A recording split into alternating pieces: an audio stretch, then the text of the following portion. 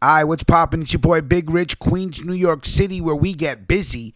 Early Sunday morning business because I'm all about business. It don't matter what time. Now, we were going to run with Warren Packer's story this morning, but we're going to skip that till Tuesday, and we're going to run this story that's coming straight from aboutthemafia.com. So salute to Mr. Santolo because he's always about his business. Ladies and gentlemen, come on in. I know it's early. Get a cup of coffee, throw some smoke in the atmosphere, but don't forget to wipe your feet on the rug, please. House rules. Now, with this next story, there's a listener that I've been corresponding with because she has some intimate knowledge of what's going on with this story because she's from the area. What I'm going to try to do this week, if she's comfortable, is maybe have her call in on one of the night shows and give us some details about what's going on. If I can make it happen, I'll let you know. But let's get right into business. Nephew of alleged Buffalo Mafia boss arrested as investigation into Buffalo mob intensifies. Peter Gerace Jr., a high-profile figure in the notorious Buffalo Mafia, was arrested at a hotel room in Fort Lauderdale after being indicted on bribing a DEA agent,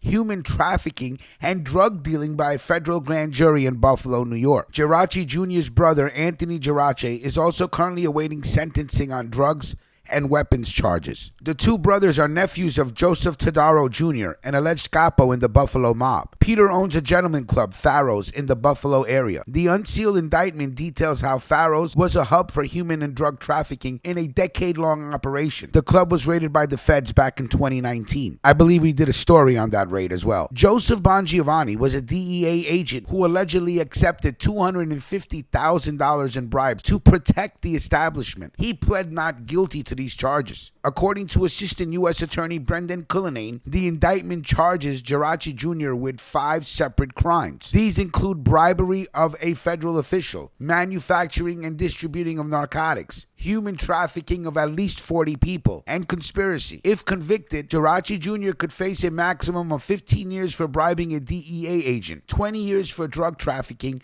and 15 years minimum for human trafficking. Federal prosecutors and the defense reportedly reached a deal that would allow Gerace Jr. to walk free with no bond. Magistrate Judge Alicia Valley found the deal unusual. Quote, "This was an interesting case, but for the government's recommendation, you'd think detention would be warranted," Valley said. Gerace Jr. is to avoid the strip club that he owns and refrain from contacting his ex-wife, Katrina Nidro, as part of the conditions of his release. Nidro allegedly told the Buffalo News that she testified to a grand jury against him on Monday. "I'm going to try to get a non-stop flight out of here," Gerace told the judge as she approved his release. So first of all, we have to salute aboutthemafia.com. Always, for the latest news on the Mafia, visit aboutthemafia.com. Mob Story Season 3, as far as all these charges, you know what I say. You got to prove that he's guilty of these charges before he's found guilty. So we'll wait and see what's going on.